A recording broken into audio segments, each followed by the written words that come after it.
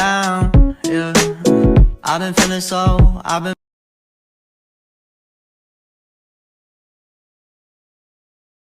Assalamualaikum warahmatullahi wabarakatuh. Baiklah, di sini kami akan mempresentasikan tentang gaya gerak listrik induksi yang beranggotaan saya Mahizan Prayuda, Saya Mutiara Fedal Ramadhani. Saya Frilia Aurora Bilkis. Saya Feruzi Dinda Syakira. Dan kami akan mempresentasikan tentang hal itu. Selamat menikmati. Baiklah, di sini terdapat alat peraga induksi elektromagnetik. Jadi komponen-komponennya yaitu ada kumparan, ada magnet, ada galvanometer atau penunjuk arus, dan juga ada kawat penghantar. Jadi cara kerjanya yaitu apabila kita mengubah jumlah kumparan menjadi 200 ataupun 700, maka panjang kumparan akan bertambah.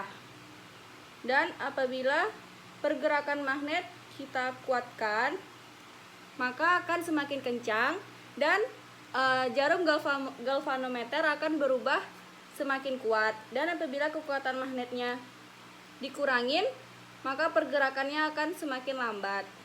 Oke, baiklah, di sini kami akan menjelaskan hubungan antara jumlah kumparan, pergerakan magnet, dan kekuatan magnet. Di sini jumlah kumparannya yaitu sebanyak 750. Jadi apabila jumlah kumparannya juga kita kurangkan, maka jumlah kumparannya juga akan semakin memendek. Dan pergerakan magnetnya yaitu pada 36, kekuatan magnetnya 48%. Jadi apabila jumlah kumparannya itu semakin besar, maka arus yang dihasilkan juga semakin besar. Dan pergerakan magnetnya pun apabila kita tambah menjadi semakin besar, arus listrik yang dihasilkan juga semakin besar. Jadi antara jumlah kumparan dan pergerakan magnet itu saling berbanding lurus. Jadi walaupun begitu, apabila pergerakan magnetnya semakin kita kecilkan, maka arus yang dihasilkan juga akan semakin kecil. Kami akan menjawab beberapa pertanyaan yang timbul dari percobaan kami tadi. Mengapa jarum galvanometer menyimpang saat magnet batang atau kumparan kecil digerakkan keluar masuk kumparan? Karena terjadinya penyimpangan pada jarum galvanometer ini menunjukkan adanya arus listrik pada gaya gerak listrik induksi. Jika kutub magnet digerakkan menjauhi kumparan, jarum galvanometer menyimpang ke kiri. Penyimpangan jarum galvanometer tersebut menunjukkan bahwa pada kedua ujung kumparan tersebut terdapat arus listrik. Peristiwa timbulnya arus listrik itu disebut dengan GGL induksi. Mengapa jarum galvanometer tidak menyimpang saat magnet batang atau kumparan kecil diam di dalam kumparan? Karena ketika magnet tidak digerakkan berhenti dalam kumparan, jarum pada galvanometer tidak menyimpang yang menunjukkan angka 0. Jadi yang dapat kami simpulkan dari induksi elektromagnetik adalah gejala timbulnya arus listrik pada penghantar listrik akibat dari adanya perubahan medan magnet di sekeliling penghantar.